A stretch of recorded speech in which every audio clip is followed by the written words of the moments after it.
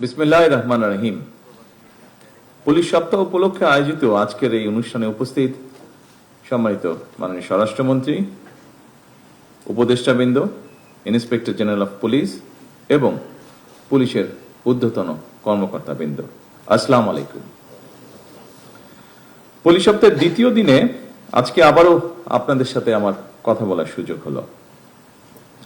Police প্রশাসনের কাছে বর্তমান সরকার কি ধরনের প্রত্যাশা করে সেটি গতকাল যে অনুষ্ঠানটি ছিল আমাদের, সেখানে আমি আপনাদের সামনে কম বেশি তুলে ধরেছি।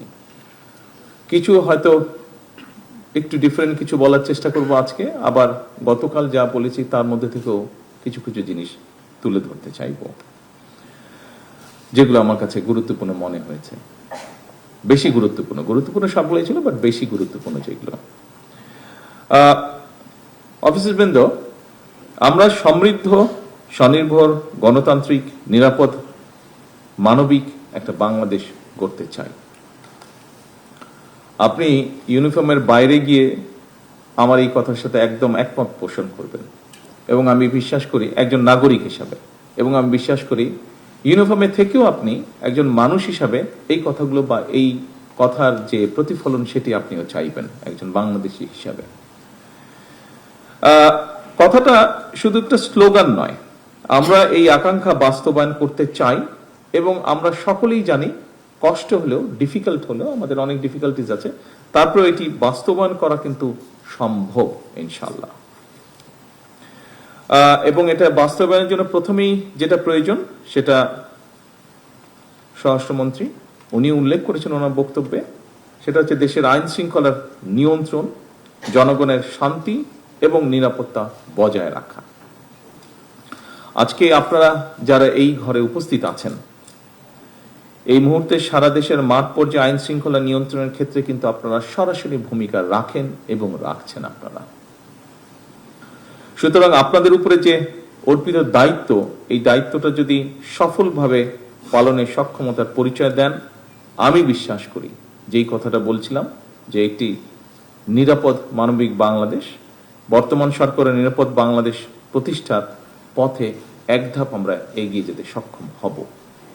আমি জানি আপনাদের লিমিটেশনস আছে, আমাদের সকলের লিমিটেশনস আছে, তারপরেও আমরা আমাদের অবস্থান থেকে যতটুকু পারি আমরা যদি চেষ্টা করি, সকলে যদি এফোর্ট নেই, আমরা এক ধাপ অন্তত এগিয়ে যেতে পারবো ইনশাল্লাহ, আমি দৃঢ়ভাবে বিশ্বাস করি।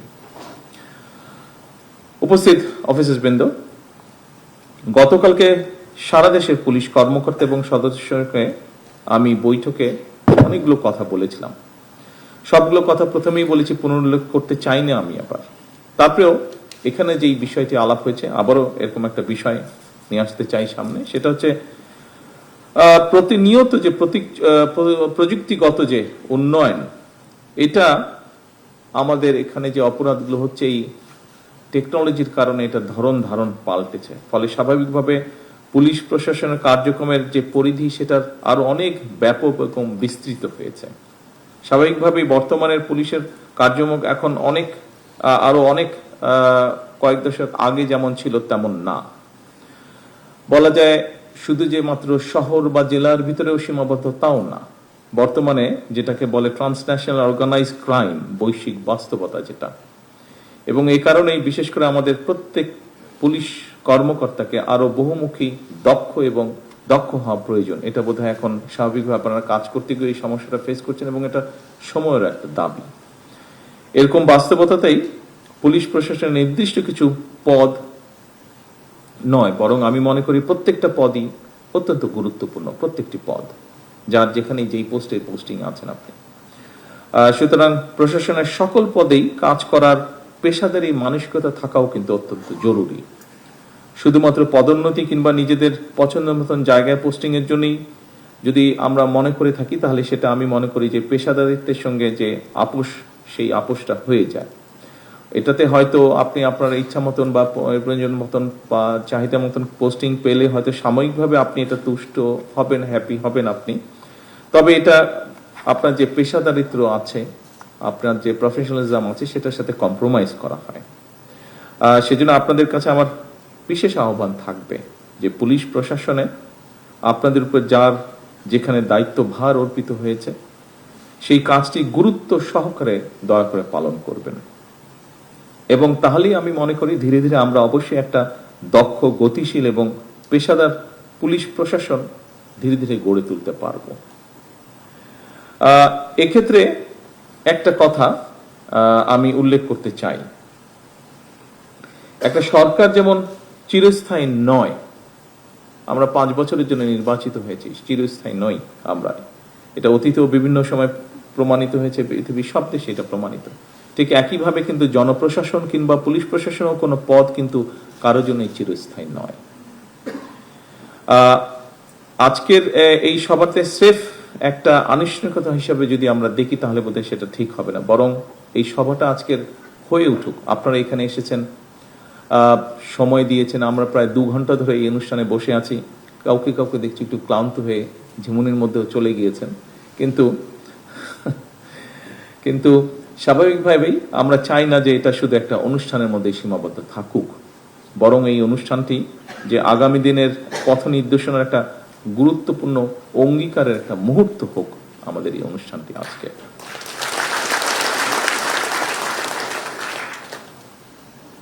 অফিসার বৃন্দ, বিশ্বের যে কোনো দেশেই একটা সরকারের সাফল্যের জন্য দক্ষ, সাহসী, সৎ, নিরপেক্ষ পুলিশ প্রশাসনের বিকল্প কোনো আছে বলে আমি মনে করি না, এর কোনো বিকল্প নেই।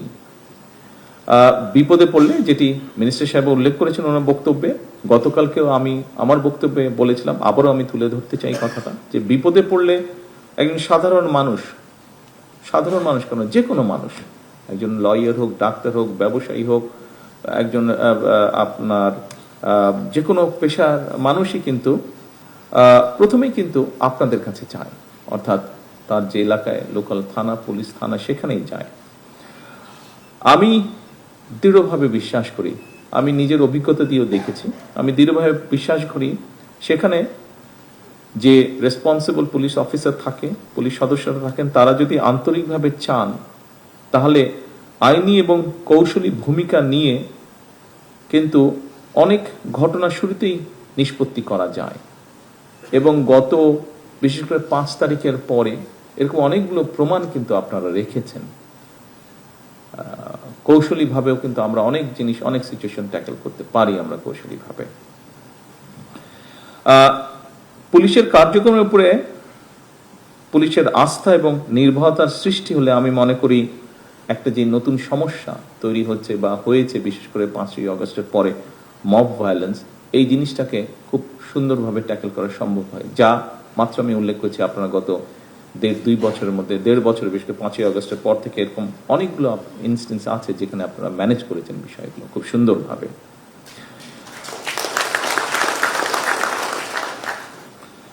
দীর্ঘ 1.5 দশকে আমরা একটা ফাঁসিবাদ শাসনের মধ্যে দিয়ে ছিলাম। 2024-এর অভ্যুত্থানের পরে বর্তমান সরকার জনগণের কাছে গণতান্ত্রিক সরকার হিসেবে পরিচিত, একটা জবাবদিহিমূলক সরকার হিসেবে আমরা গড়ে তুলতে চাই এই সরকারকে। এই সরকার পুলিশ বাহিনীকে এমন একটা রূপ দিতে চায় যেখানে পুলিশ সত্যিকার ভাবে হবে জনবান্ধব, এবং শুধু জনবান্ধব নয়, আমরা চাই মানুষের একটা আস্থা তৈরি হবে, আপনারা একটা আস্থার জায়গা হবেন, মানুষের, সাধারণ মানুষের একটা আস্থার জায়গা হবেন। যে কোনো দেশেই সাধারণত জনগণ পুলিশ প্রশাসনকে সরকারের মিরর বা আয়না হিসাবে কিন্তু চিন্তা করে, কারণ এই যে একটু আগে বললাম, মানুষ বিপদে পড়লেই আপনাদের কাছে প্রথমেই যায়, দুটো জায়গায় যায় মানুষ তার বিপদের টাইপ হিসাবে। মেডিকেল সমস্যা হলে অবশ্যই ডাক্তারদের কাছে যায়, বাট আর যে কোনো বিপদের সময় পড়লে কিন্তু আপনাদের কাছে যায়, এবং আপনাদের যে রেসপন্সটা থাকে সেটার উপরেই কিন্তু অ্যাকচুয়ালি মানুষ প্রথমেই ধরে নেয় যে আচ্ছা সরকারটা কেমন।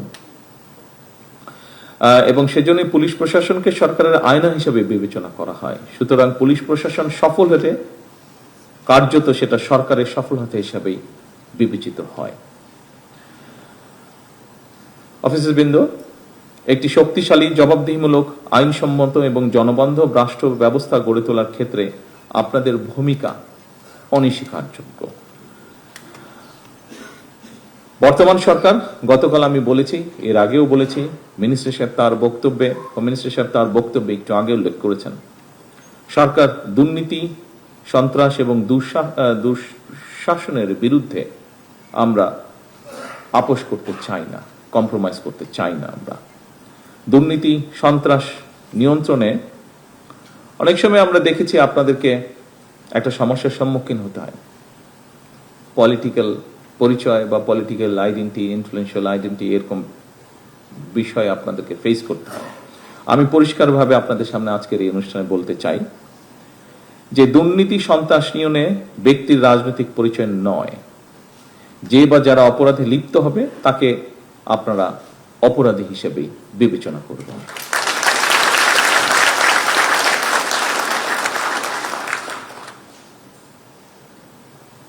কোন ব্যক্তি বা দল কিন্তু আপনাদের দল নয়, বরং আপনারাই কিন্তু আইনের রক্ষক। এই জিনিসটা কিন্তু আপনাদেরকে মনে রাখতে হবে। আপনারা দায়িত্ব পালন করবেন রাষ্ট্র এবং জনগণের কল্যাণে। একটু আগে আমি বলেছি, জনগণের সঙ্গে পুলিশের সম্পর্ক হবে আইনগত এবং মানবিক। যে জিনিসটা গতকাল বোধহয় একাধিকবার আমি জোর দিয়েছিলাম, জনগণের সঙ্গে সম্পর্কটা কি হতে হবে আমাদের। অন্য সকল কার্যক্রমের পাশাপাশি রাজনৈতিক অস্থিতিশীল পরিস্থিতি নিয়ন্ত্রণেও কিন্তু আপনাদের ভূমিকা কার্যক্রমের একটা উল্লেখযোগ্য সময় ব্যয় হয়। এটা দায়িত্বেরই অংশ, এটা কম বেশি পৃথিবীর সব দেশেই হয়ে থাকে।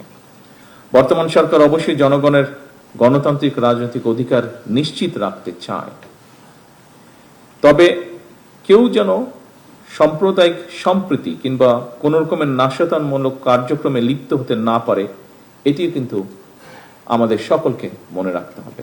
আপনারা দেখেছেন, আমরা অনুষ্ঠান শুরুতে সকল ধর্মের প্রতি শ্রদ্ধা রেখেই কিন্তু আমরা এখানে অনুষ্ঠানটা শুরু করেছি। এখানে আপনারা আজকে যারা বসে আছেন, আমরা অবশ্যই এক ধর্মের মানুষ সকলে বসে নেই, এখানে বিভিন্ন ধর্মের মানুষ আমরা উপস্থিত আছি, হয়তো সংখ্যায় কম বা বেশি। সেজন্যই যে সাম্প্রদায়িক যে সম্প্রীতি, এটি এই জন্যই আমাদেরকে বজায় রাখতে হবে, কঠোরভাবে এটিকে আমাদের এনশিওর করতে হবে। কারণ আপনার সাথে খুব ভালো সম্পর্কের একজন সহকর্মী আছেন, হতে পারেন তিনি আপনার সহধর্মের মানুষ নন, অন্য ধর্মের মানুষ, কিন্তু আপনার সাথে মানুষ হিসাবে, একজন সহকর্মী হিসাবে তার সাথে আপনার সম্পর্ক অত্যন্ত ভালো, অত্যন্ত ফ্রেন্ডলি সম্পর্ক। সেই মানুষের কথা বিবেচনা করেই আপনাকে এই দায়িত্বটি পালন করতে হবে। উপস্থিত অফিসারবৃন্দ, সরকারের পক্ষ থেকে আপনাদের কাছে একটি বিষয় সম্পর্কে স্পষ্ট ধারণা থাকা দরকার। সেটা হলো, বর্তমান সরকার নির্বাচনী ইশতেহার এবং জনগণের সামনে স্বাক্ষরিত যে জুলাই সনদ, এটার প্রতিটি দফা, প্রতিটা অঙ্গীকার পর্যায়ক্রমে অক্ষরে অক্ষরে বাস্তবায়ন করবে ইনশাআল্লাহ। এ নিয়ে আমার মনে হয় কারোর মধ্যে সংশয় থাকার প্রয়োজন নেই। রাষ্ট্র ও সমাজে মানুষ নানা রকম অপরাধে জড়িয়ে পড়ে। অর্থনৈতিক বৈষম্য স্বাভাবিকভাবেই এর অন্যতম একটি কারণ। এখানে একজন বক্তা বক্তব্যে বলেছেন, স্বাভাবিকভাবেই বেসিক ডিমান্ডগুলো যদি মানুষের পূরণ হয়, সেক্ষেত্রে সমস্যার সমাধান হয়, অনেক সমস্যাই এড়ানো সম্ভব হয়। সম্মানিত অফিসারবৃন্দ, বর্তমান সরকার রাষ্ট্র পরিচালনার দায়িত্ব নেবার পর বিভিন্ন শ্রেণী পেশার মানুষের মধ্যে অর্থনৈতিক বৈষম্য দূর করে দেশের নাগরিকদেরকে একটা সামাজিক অর্থনৈতিক নিরাপত্তা বেষ্টনী নিশ্চিত করতে আমরা বিভিন্ন রকম উদ্যোগ গ্রহণ করেছি। আপনারা বিভিন্ন মিডিয়ার মাধ্যমে, পত্রপত্রিকার মাধ্যমে যা এর মধ্যে দেখেছেন, মিনিস্টার সাহেব ওনার বক্তব্যে উল্লেখ করেছেন। আমিও একটু উল্লেখ করতে চাই, এর অংশ হিসাবে সরকার বিভিন্ন শ্রেণী পেশার মানুষের অর্থনৈতিক ক্ষমতা নিশ্চিতকরণ করতে কৃষক card, family card, sports card, আমরা এগুলো ইন্ট্রোডিউস করেছি, আপনারা দেখেছেন এগুলো। একই সাথে আমরা দেশের যারা আমাদেরকে ধর্মীয় গুরু বা আমরা যাদেরকে ধর্মীয় বিষয়ে আমরা যাদের সাথে কনসাল্ট করে থাকি, সে সকল ব্যক্তি, যেমন মসজিদের ইমাম সাহেব আছেন, মুয়াজ্জিম সাহেব আছেন, এছাড়াও অন্য ধর্মেও যারা ধর্মীয় গুরু আছেন, তাদেরকেও আমরা একটা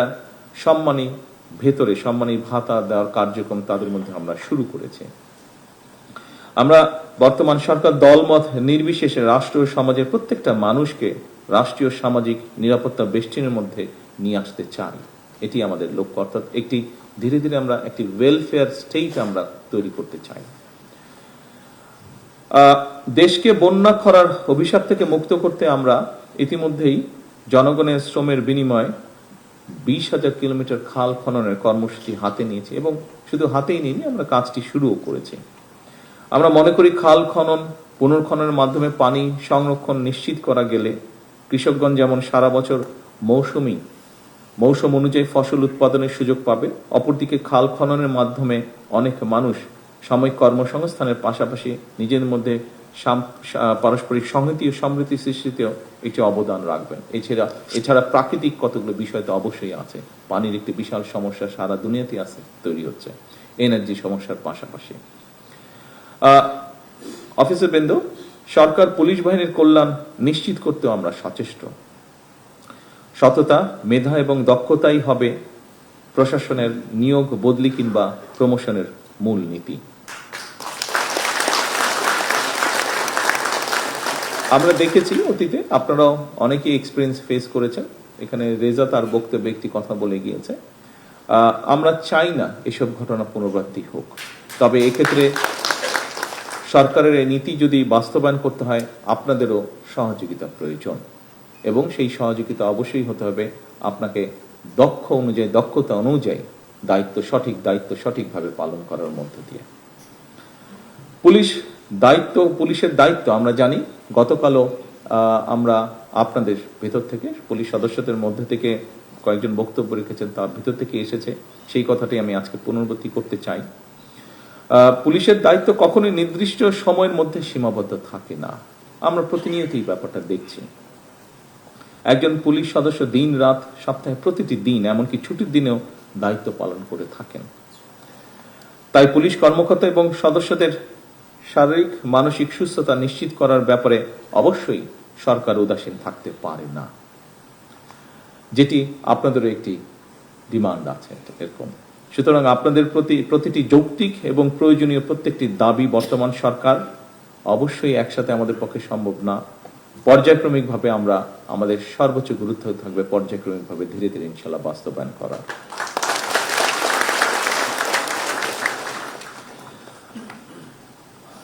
সকল উপস্থিতিবৃন্দ, অফিসারবৃন্দ, দেশের জনগণ সরকারকে কিভাবে দেখে বা মূল্যায়ন করে এর অনেকটাই কিন্তু নির্ভর করে আপনাদের আচরণের উপরে, বিশেষ করে মাঠ পর্যায়ে যারা আপনারা কাজ করেন, আপনাদের আচরণের উপরে, কার্যক্রমের উপরে। সুতরাং রাষ্ট্র আপনাদের কাছে সততা, দক্ষতা, সেবা, ন্যায়প্রণতা, পেশাদারিত্ব ও মানবিকতা অবশ্যই আশা করে। যথাসম্ভব এসব গুণগুলো অর্জন করতে পারলেই আপনারা নিজেরাই যে স্লোগান আজকে তৈরি করেছেন আজ এইবারকার পুলিশ সপ্তাহে, আমার পুলিশ আমার দেশ সবার আগে বাংলাদেশ, আমি মনে করি তাহলেই ধীরে ধীরে পর্যায়ক্রমিকভাবে এই স্লোগানটি সার্থক এবং সফল হবে। উপস্থিত অফিসারবৃন্দ, আমার এখন বক্তব্যের শেষ পর্যায়ে আমি নিয়ে এসেছি। আমি বুঝতেই পারছি স্বাভাবিকভাবে আমার নিজেরও হয়, বেশি লম্বা মিটিং হলে কিছুটা ধৈর্যচ্যুতির একটা কারণ থাকে। 2 ঘন্টা হয়ে গিয়েছে আমাদের। এখানে একটি বিষয় আমি পরিষ্কারভাবে আপনাদের সামনে তুলে ধরতে চাই, বা আমার কিছু বিষয় আপনাদের সাথে আমি শেয়ার করতে চাই।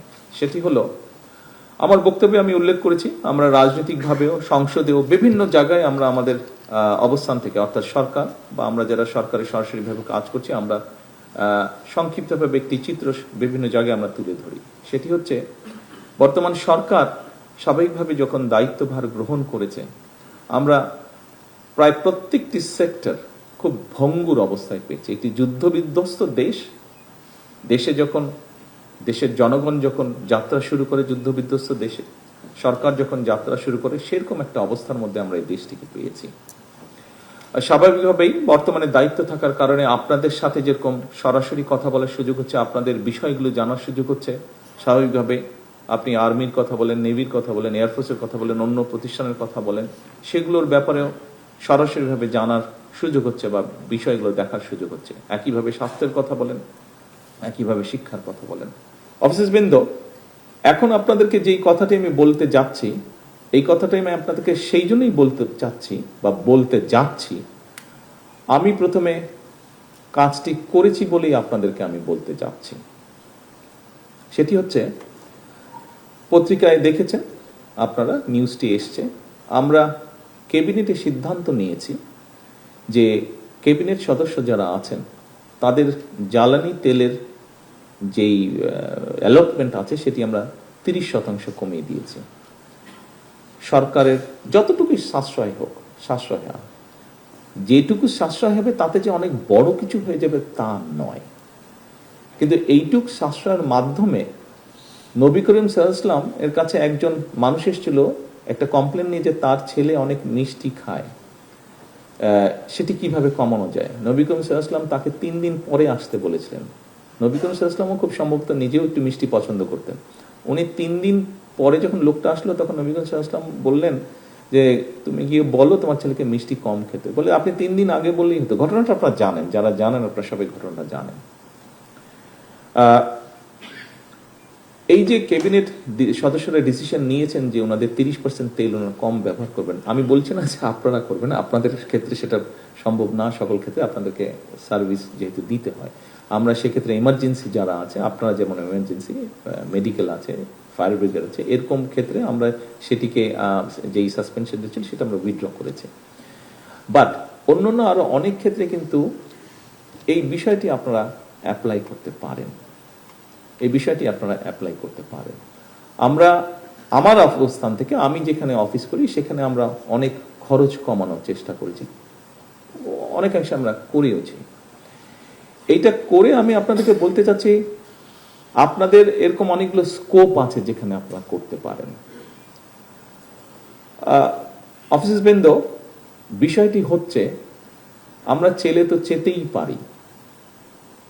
পারি আমরা যে এটা লাগবে, এটা লাগবে, ওটা লাগবে। তবে আমরা একটু অন্যভাবে তো চেষ্টা করলেও করতে পারি যে ঠিক আছে আমি আমার রাষ্ট্রকে কি দিতে পারি, কতটুকু দিতে পারি। অবশ্যই আপনি সার্ভিস দিচ্ছেন, আপনি জান বাজি রেখেও সার্ভিস দিচ্ছেন, এখানে উপস্থিত প্রায় প্রত্যেকটি মানুষ জান বাজি রেখেও আপনি সার্ভিস দিচ্ছেন। এর বাইরেও কিছু তো আমরা দিতে পারি, যে জিনিসটা না হলেই নয়। আমরা অনেক জিনিস আছে এরকম যে এই জিনিসটা আমরা যদি স্কিপ করি, আমরা যদি বাদ দিই তাহলেও হবে, এবং তাতে রাষ্ট্র বা সরকারের কিছুটা হলেও সেভ হবে। আমরা যদি এই মানসিকতা, এই জন্যই আমি আপনাদেরকে বললাম যে আমি জিনিসটা চেষ্টা করেছি আমার অবস্থান থেকে কিছুটা হলেও করতে, এবং সেইটা করার পরেই সেই সৎ সাহসটা নিয়ে আমি আপনাদেরকে বলছি আসুন আমরা এই ঘরে দাঁড়িয়ে, আমি এই পিএমওর যারা স্টাফ আছেন তাদের আমি ওতনার পরে প্রথম যখন এই অফিসে আসলাম তাদের উদ্দেশ্যে আমি একটা কথা বলেছিলাম। আমি মনে করি এই কথাটি আজকেও এই ঘরে যারা আছেন তাদের জন্য অ্যাপ্লিকেবল। সেই কথাটি হচ্ছে, দেখুন আমরা এই মুহূর্তে এই ঘরে যারা বসে আছি, বাংলাদেশের 20 কোটি মানুষের তুলনায় আমরা কিন্তু সবাই প্রিভিলেজড, কিন্তু কোনো না কোনো ভাবে আমরা প্রত্যেকেই প্রিভিলেজড, অনেকের থেকে অনেক কোটি গুণ বেশি প্রিভিলেজড। যেহেতু আমরা প্রিভিলেজড, আসুন না আমরা চেষ্টা করি কিছুটা হলেও যদি কম প্রিভিলেজ নেই, তাতে যদি কিছুটা আমরা প্রত্যেকে যদি একটু একটু করে ছাড় দেই, তাহলে কিন্তু অনেক বড় ছাড় হবে। কাজেই আজকে এই পুলিশ সপ্তাহ উপলক্ষে আপনারা যেরকম আপনাদের বিষয়গুলো উপস্থাপন করেছেন,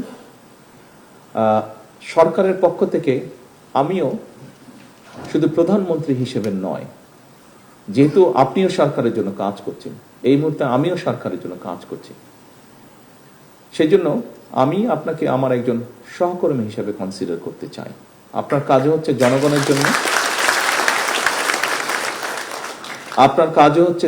জন্য, আপনিও কাজ করছেন রাষ্ট্রের জন্য, আমিও কাজ করছি জনগণের জন্য, আমিও কাজ করছি রাষ্ট্রের জন্য। আমাদের লক্ষ্য উদ্দেশ্য একটি বেটার বাংলাদেশ তৈরি করা।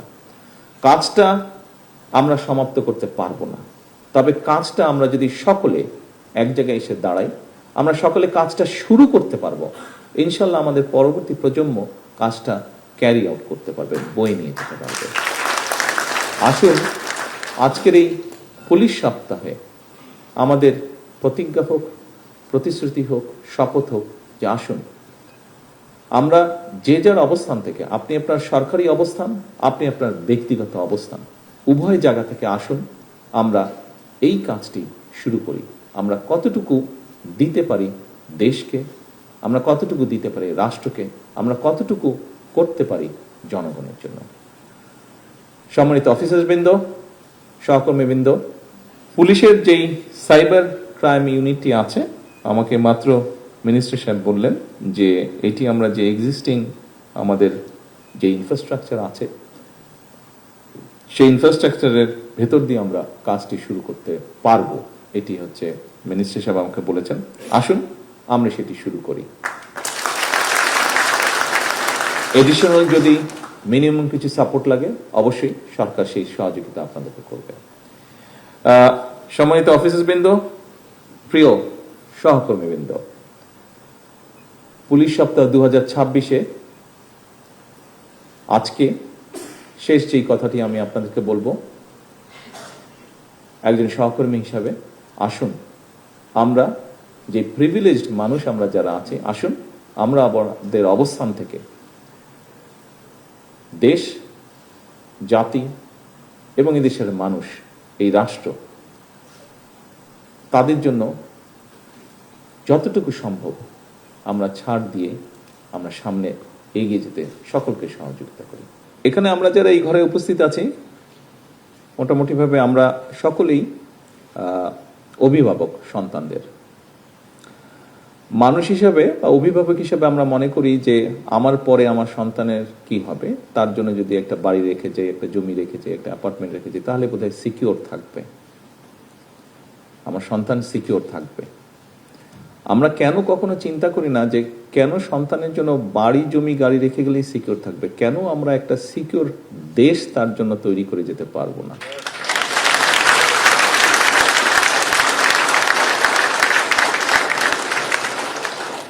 আমরা যদি সকলে চেষ্টা করি, নিশ্চয়ই আমরা আমাদের সন্তানদের জন্য সিকিউর একটা দেশ তৈরির কাজে হাত দিতে পারবো।